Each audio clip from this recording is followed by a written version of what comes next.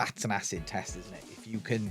If someone can see your product or see your offering, and you don't need to put your logo on there, what does that say about the place where you built your brand? And it was a bit of a trend in 25. I don't know if anyone did it in 24, but certainly in 25, you had the Heinz ketchup did zoom ins of beans. That's right. You had British Airways had the picture of the window with somebody looking out the window of the BA flight, and probably the biggest campaign, because they spend a fortune on out of home, was McDonald's with the hash browns and the burgers, etc. And I think that's an acid test, isn't it? If someone can see your product or see your offering, and you don't need to put your logo on there, what does that say about the place where you've built your brand? And I guess what I'm hoping to do in the other pod is talking to brands that are not McDonald's, try and find some of those secrets and tips of how we can make Dan's Burger Shop in your respective area compete with someone with the power of a global superstar that is McDonald's. That campaign was fab. I thought I came to you with that business idea and confidence. I'd spend no end of time, podcasts, books, buying experienced investors lunch just to pick their brains. What was it necessarily about property? Was it just something that you could manage alongside the rugby? Yeah, that was the biggest thing for me, is I could essentially spend as much or as little time as I wanted on it, and I did massively enjoy it. Early on in my career, I'd spend no end of time, podcasts, books, buying experienced investors lunch just to pick their brains. Spent some money on education around like finding deals, done a bit of work with estate agents, just shadowing them, understanding the market, what to look for in deals. So whenever I was injured, I feel like that was something nice to take my mind off the injury. You spend a lot less time in training when you've had an operation or you're injured, and unfortunately throughout my career I spent a lot of time injured. But I think it was nice to just switch off from the rugby side and pursue something differently. So yeah, that's gone really well over the last 10 years. At a point now we're still investing, still involved in property, but a lot of time now is spent on the coaching, which is more of a passion project, and really enjoy helping people with their fitness, their lifestyle.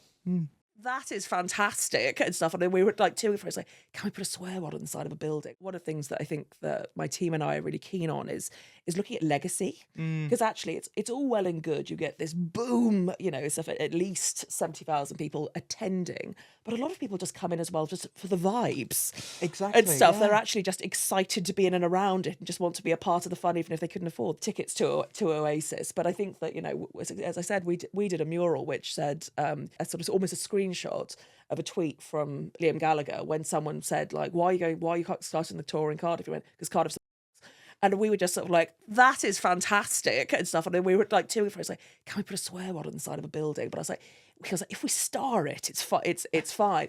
But now that's become a spot where people go and have photography, like it's stuff. And they go and have the selfies. They kind of do that stuff. Is that because actually there's now a moment in time is captured within that. When you are bringing that scale of artist, that it does put you on the global stage. There was the most amount of Guinness drunk anywhere in the UK in Cardiff over the Oasis couple of days.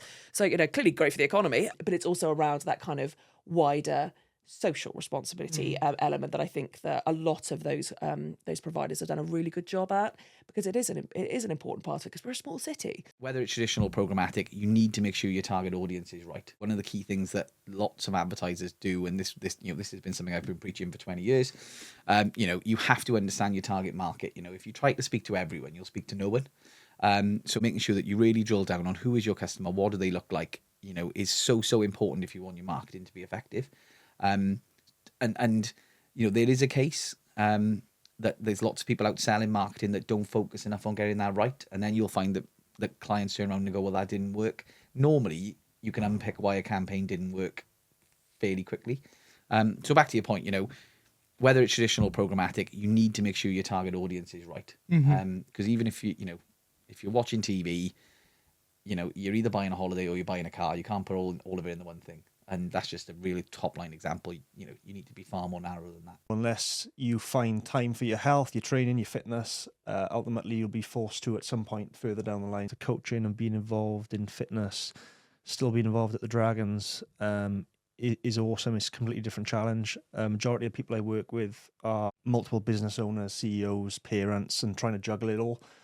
And I say to them all, unless you find time for your health, your training, your fitness, ultimately you'll be forced to at some point further down the line. But it's great to have the balance of going in a couple of days a week with the Dragons and then really pushing the online side of things. We're doing some in-person events, which has been really good to get people in a room and feel the energy and really see the impact it's having on people's lives far beyond just losing some weight and getting in shape. I think the impact it has on a lot of people mentally, and some of the messages I've had have been have really hit home. I've had people say they've gone in for promotions and have just felt so much more confident in themselves, how they look, their appearance. I've had people who've been struggling mentally and said like having a bit of structure to their day, eating well, training, looking after themselves, their lifestyle has improved their mental health massively.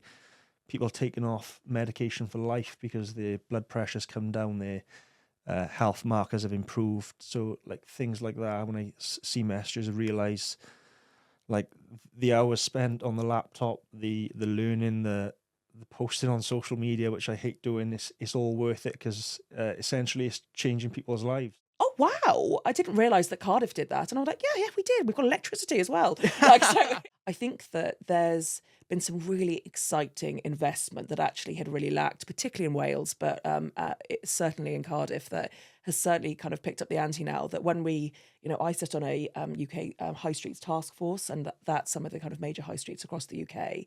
And I think there has been some poorer cousin element about Wales occasionally and stuff. And of course, compared to London, we literally and metaphorically are.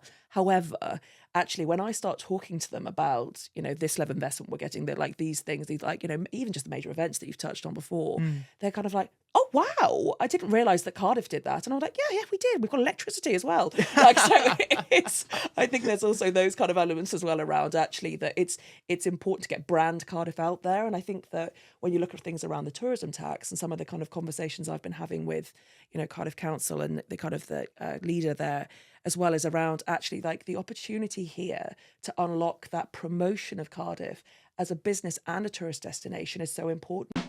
The Businessin Wales podcast, sponsored by Sinclair Group, the business media for Wales.